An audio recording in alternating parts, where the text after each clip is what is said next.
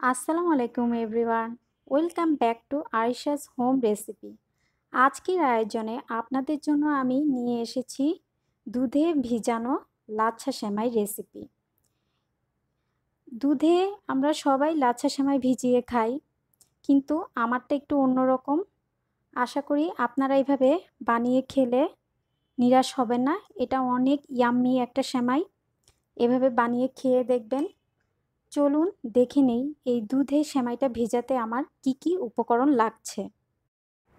দুধে ভিজানো লাচ্ছা সেমাই তৈরির জন্য এখানে আমি 175 গ্রাম লাচ্ছা সেমাই নিয়েছি। এখন এই লাচ্ছা সেমাইটা আমি দুধে ভিজাবো। তার জন্য আমি 1 লিটার লিকুইড দুধ নিয়েছি। আর এই 1 লিটার দুধের জন্য আমি 1 কাপ চিনি নিয়েছি। আর নিয়েছি কিছু কিশমিশ, কাজু বাদাম আর 1 টুকরো দারুচিনি, একটা তেজপাতা।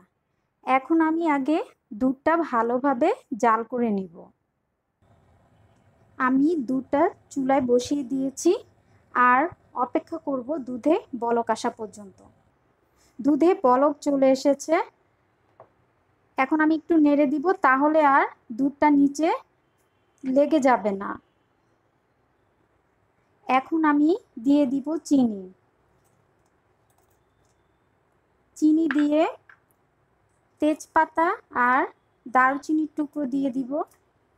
আর দিয়ে দিব কিছু কিশমিশ আর কাজু বাদাম দিয়ে আমি দুধটা 3 থেকে 4 মিনিট একটু জাল করে নিব। এখন চুলাটা বন্ধ করে দিব। আমি আর দুধটা ফুটাবো না।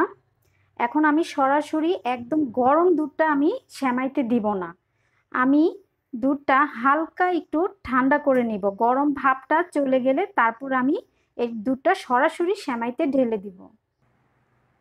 দুধটা আমি নেড়ে হালকা ঠান্ডা করে নিয়েছি। দুধটার তাপমাত্রা থাকবে কুসুম গরম থেকে একটু বেশি থাকবে।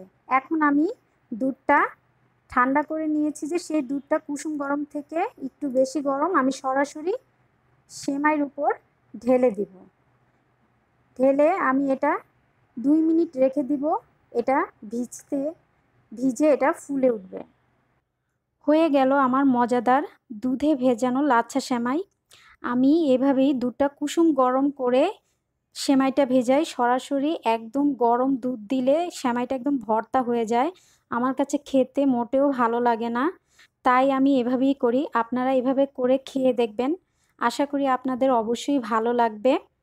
আজকে তাহলে ভিডিওটা এখানেই শেষ করছি। সবাই অনেক ভালো থাকবেন, আমার জন্য দোয়া করবেন। আর আমার রেসিপিটি যদি আপনাদের একটু ভালো লেগে থাকে অবশ্যই আমাকে লাইক করবেন, সাবস্ক্রাইব করে আমার পাশে থাকবেন। আল্লাহ হাফেজ।